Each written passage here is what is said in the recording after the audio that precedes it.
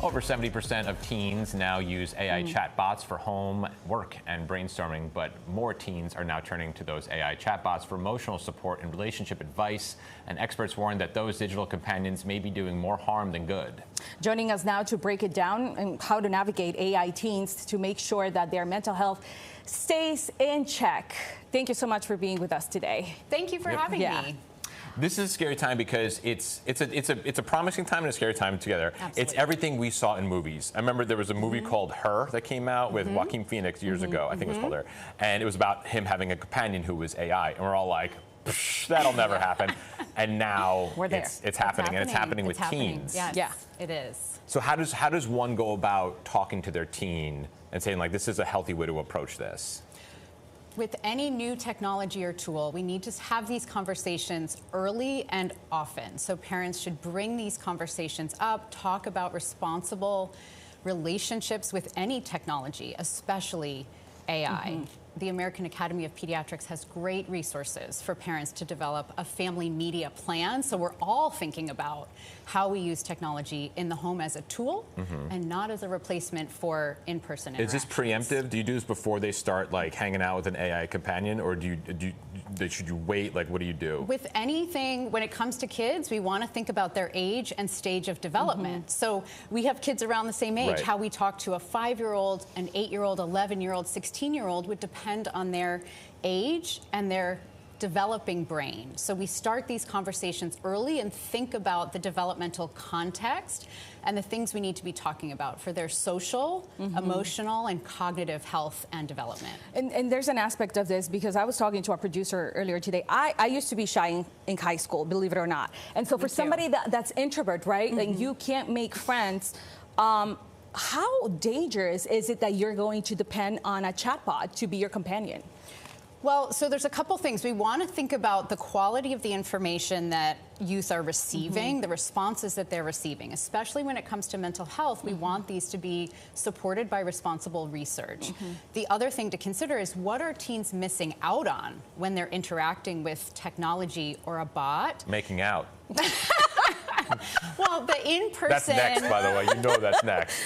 Interaction qualities of understanding jokes, sarcasm, body language, eye contact. This is so critical to our social development over the long term. What does a chatbot do as an emotional support? Like, what are the teens doing? They're like, hey, what are you doing today? And then the chatbot like responds. Like, how does the conversation? Is it a conversation? Like, what is it? Well, it's certainly unique to each individual and how they're using it. You can ask it questions. You can ask it for support, and different tools are built differently. So again, we want to focus on, there is some promise here where teens and adults can learn some responsible tools and resources to support their health and well-being, but we want to make sure they're not receiving information that's potentially harmful, and that it's not being done in isolation.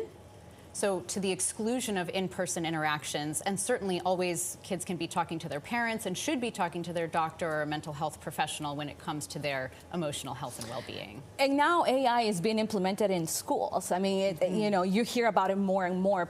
Kids are implemented in homework, research. What are the pitfalls of this?